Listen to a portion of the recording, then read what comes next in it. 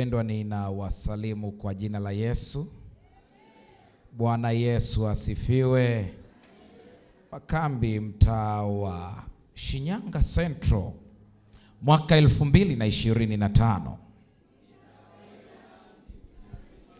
Nitakwenda nikimtumaini Yesu.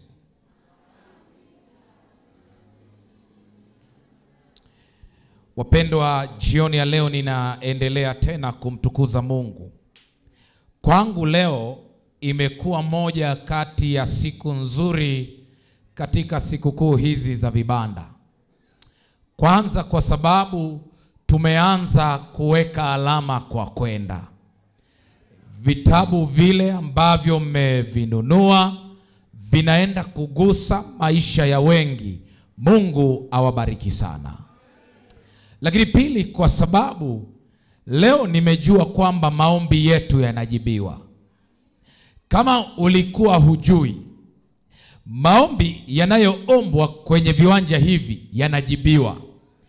Na hivyo ninakuhakikishia, kama kwa imani unaenda mbele za Bwana, utamshangaa Mungu wako ukiondoka kwenye viwanja hivi. Tafadhali ni kualike katika somo la jioni ya leo, sehemu ya kwanza ya somo linalosema nitakwenda nikimtumaini Yesu. Nitakwenda nikimtumaini Yesu. Ukiona tunafikia taito hizo, ujue tunaelekea mwisho. Mwanzo sura ya 27. Fungu la 41. Biblia inasema Esau akamchukia Yakobo kwa ajili ya ule mbaraka babaye aliyombarikia. Esau akasema moyoni mwake, siku za kumlilia baba yangu zinakaribia, ndipo nitakapomua ndugu yangu Yakobo. Omba pamoja nami tafadhali. Baba Mungu mtakatifu, jioni ya leo natamani kwa dakika chache sana, sema nami, sema na kundi hili la watakatifu wako. Sema nasi Bwana, iguse mioyo yetu kwa ajili ya uzima milele, kwa jina la Yesu, amen.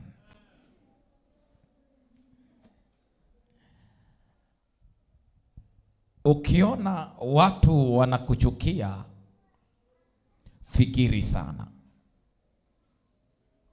Ukiona watu wanakupenda, fikiri sana.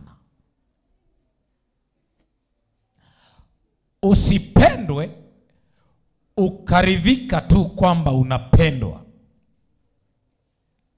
na usichukiwe ukawachukia wanaokuchukia tu kwa sababu wanakuchukia. Wanadamu wanapenda kwa sababu na wanachukia kwa sababu. Wakati mwingine wanapenda kwa sababu zisizo za msingi, na wakati mwingine wanachukia kwa sababu zisizo za msingi.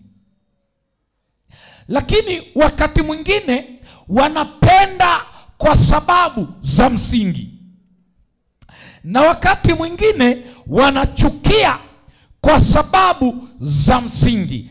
Either way, ukipendwa sana, fikiri sana. Ukichukiwa sana, fikiri sana. Ukisifiwa sana, fikiri sana. Ukilaumiwa sana, fikiri sana. Kamwe usiridhike na majibu ulionayo kwa vile watu wanavyokutazama.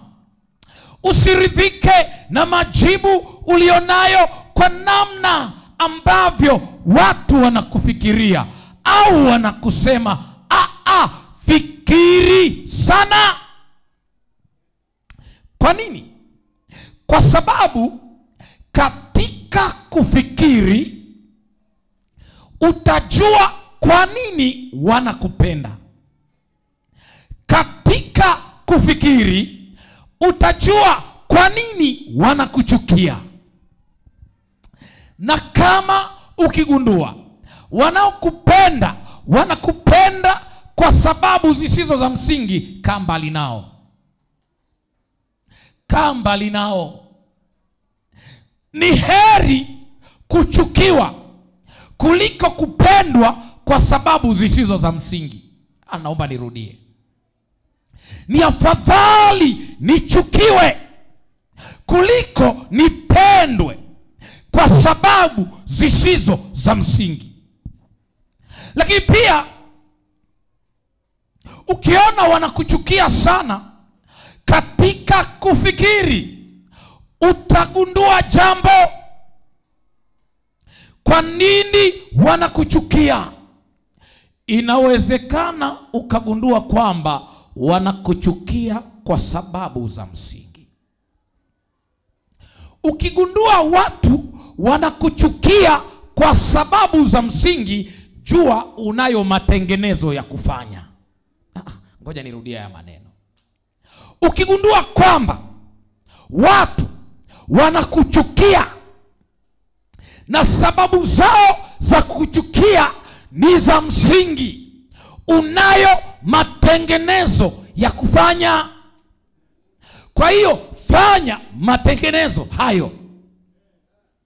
Lakini ukigundua kwamba wanakuchukia kwa sababu zisizo za msingi, furahi na kushangilia, maana pia walimchukia Yesu.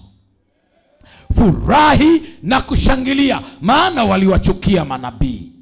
Furahi na kushangilia, maana hata Stefano alipigwa mawe.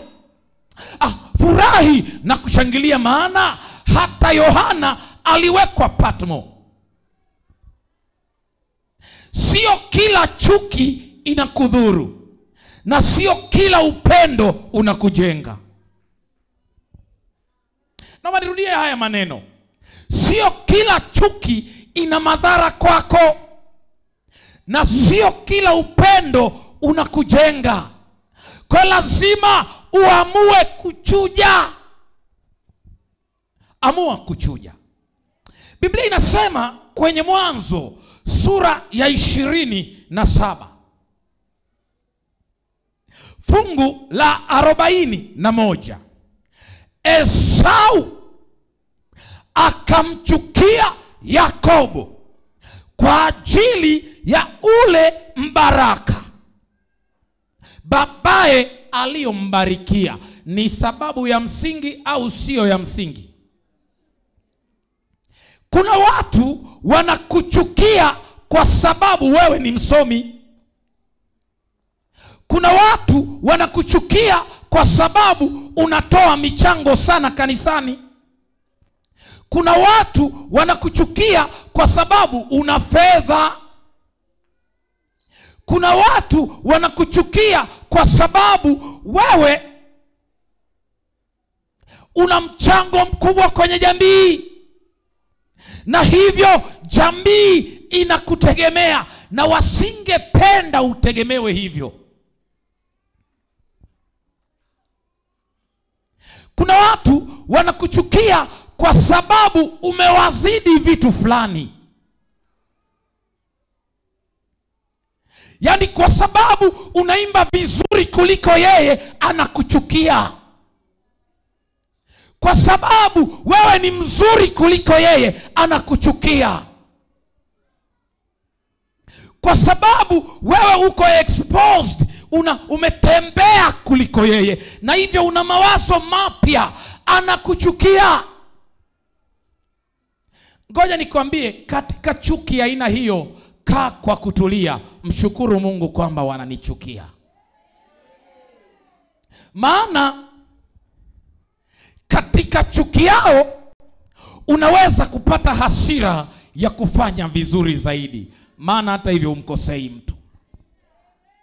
Esau anamchukia mdogo wake maana amebarikiwa. Natamani niseme hiki kitu. Waliobarikiwa na Bwana wanachukiwa. Shetani anawachukia waliobarikiwa. Watu wa ulimwengu huu wanawachukia wale ambao wanamcha Mungu na hivyo wanazo baraka za Mungu.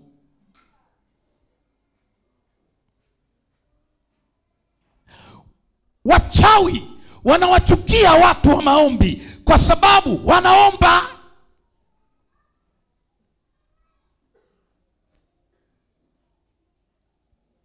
Wajanja wanawachukia watu walionyooka, maana katika maneno yao wanaumbuka. Sasa mpendwa, Esau, kwa nini umchukie Yakobo? Mbona mbaraka ulimuuzia? Mbona tamko la kwamba hivi leo niuzie ulilikubali mwenyewe? Mbona wanichukia?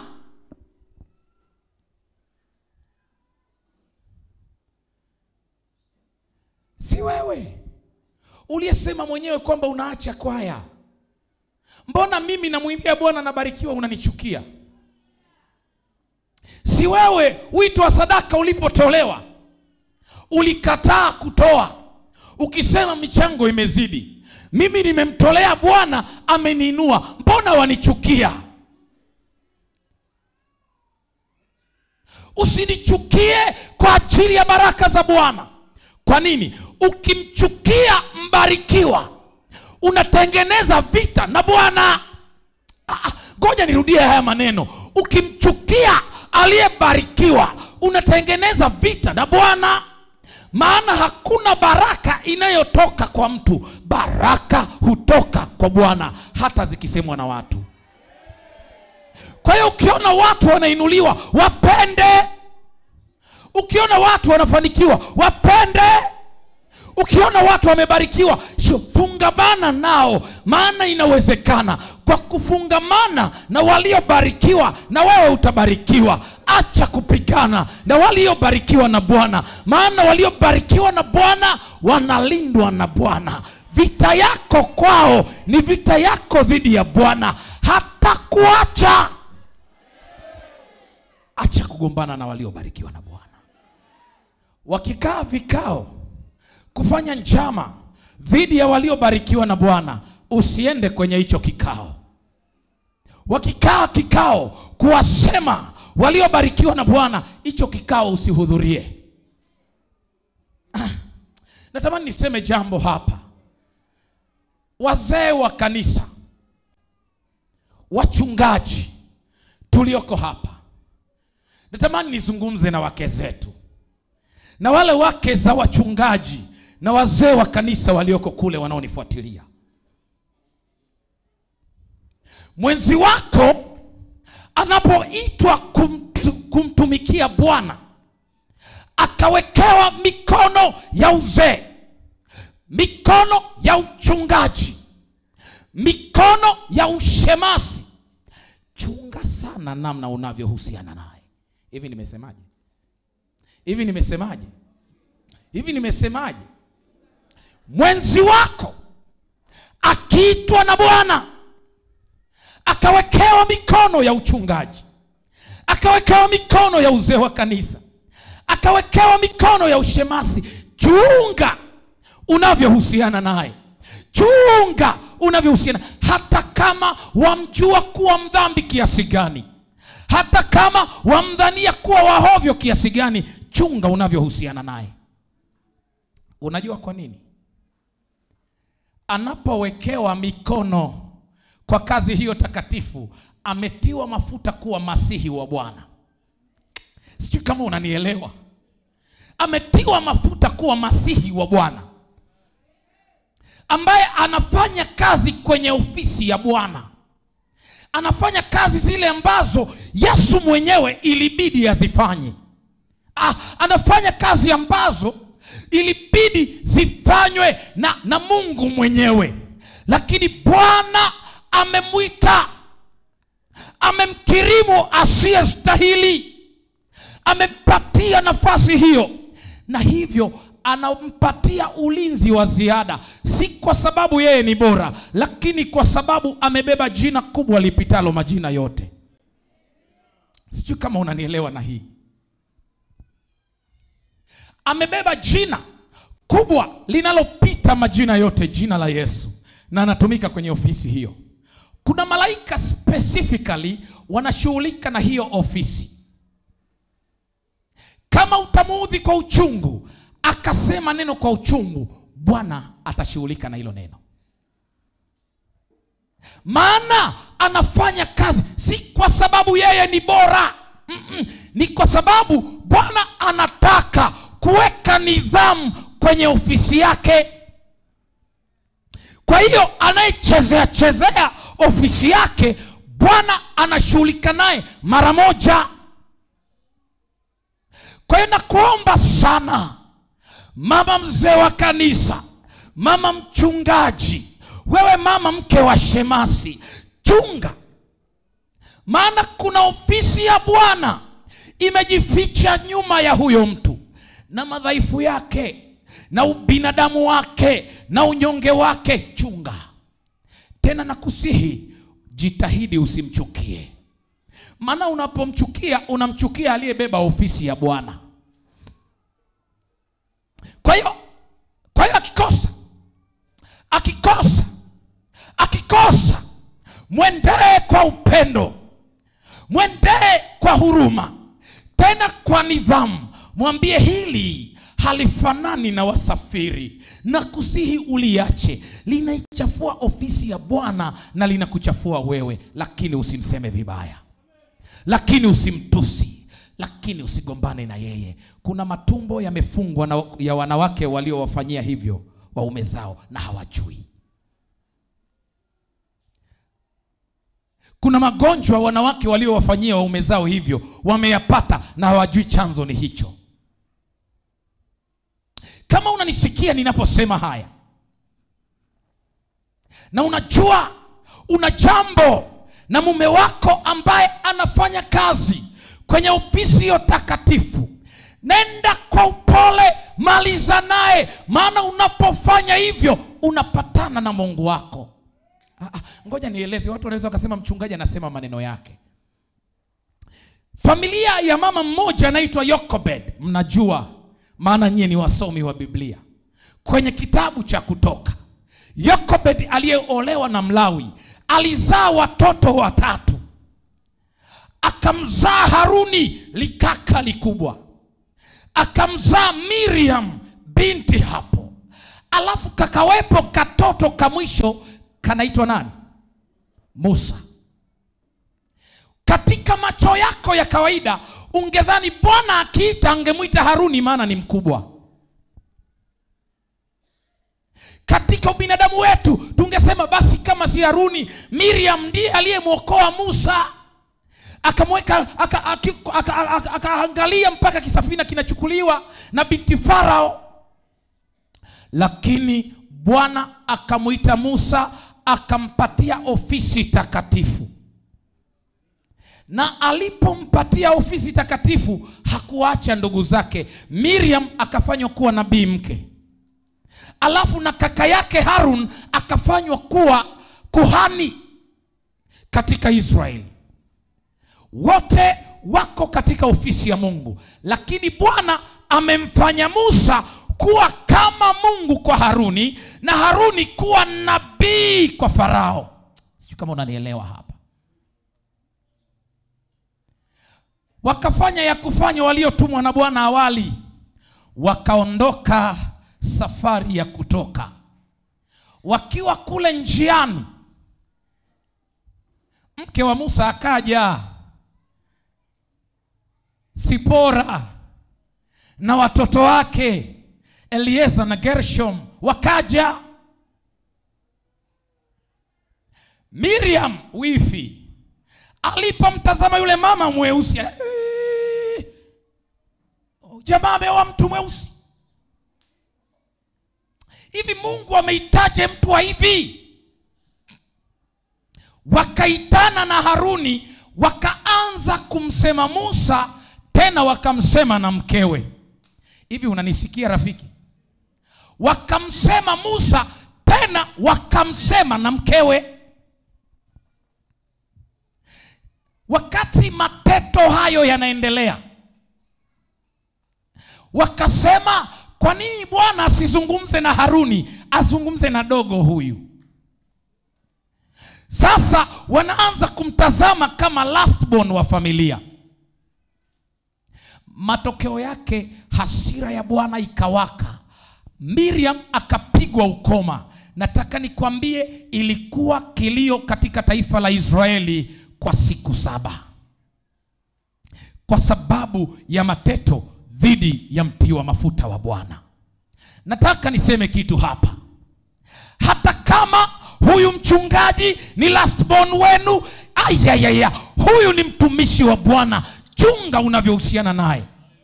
Hata kama huyu mzee wa kanisa ni last born wenu, chunga, maana ni mti wa mafuta wa Bwana.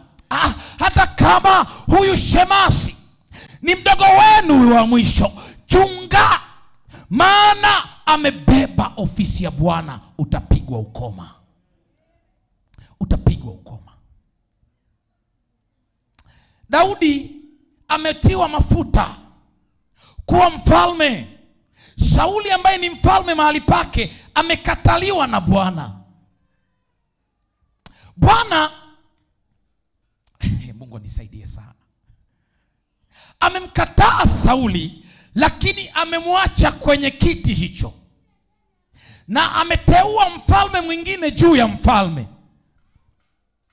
Pamoja na kwamba Daudi anajua kwamba Bwana amemkataa Sauli na yeye ametiwa mafuta. Sauli anapoanza vita za kutafuta uhai wa Daudi, Daudi hatafuti uhai wa Sauli. Sijui kama unanielewa. Na akiwa pangoni, hali akiwa na nafasi ya kumua Sauli, anakata vazi, anaondoka mbali, anasema sitagusa uhai wa masihi wa Bwana. Na tena hata lile tendo la kukata tu vazi la Sauli lilimuumiza Daudi siku nyingi, kwa sababu amegusa vazi la mti wa mafuta wa Bwana. Chunga. Chunga mpendwa, chunga. Chunga. Chunga. Nimemaliza hapo kwa viongozi. Chunga namna unavyohusiana na Mkristo aliyejitoa kikamilifu kwa Yesu wake. Hivi nimesemaje? Pastor, wazee wangu wa kanisa, marafiki, chunga namna unavyowahudumia washiriki waliojitoa kikamilifu kwa Mungu wao, watu wa maombi, watu wanyenyekevu kwa Bwana, waliomwelekea Bwana kwa moyo wao wote. Hawa watu hawagusiki, wana ulinzi wa Bwana. Kwa hiyo unavyoshughulika nao, shughulika ukijua unashughulika na damu ya Yesu. Hawa wamenunuliwa kwa damu ya thamani ya Yesu Kristo. Gharama yao huwezi kuilipia. Chunga. Chunga. Na ndio maana Mwadventista msabato aliyetulia vizuri kwa Yesu, Mwadventista msabato aliyetulia vizuri kwa Yesu, kuloga halogeki. Hakuna fitna inayofanya kazi kwake.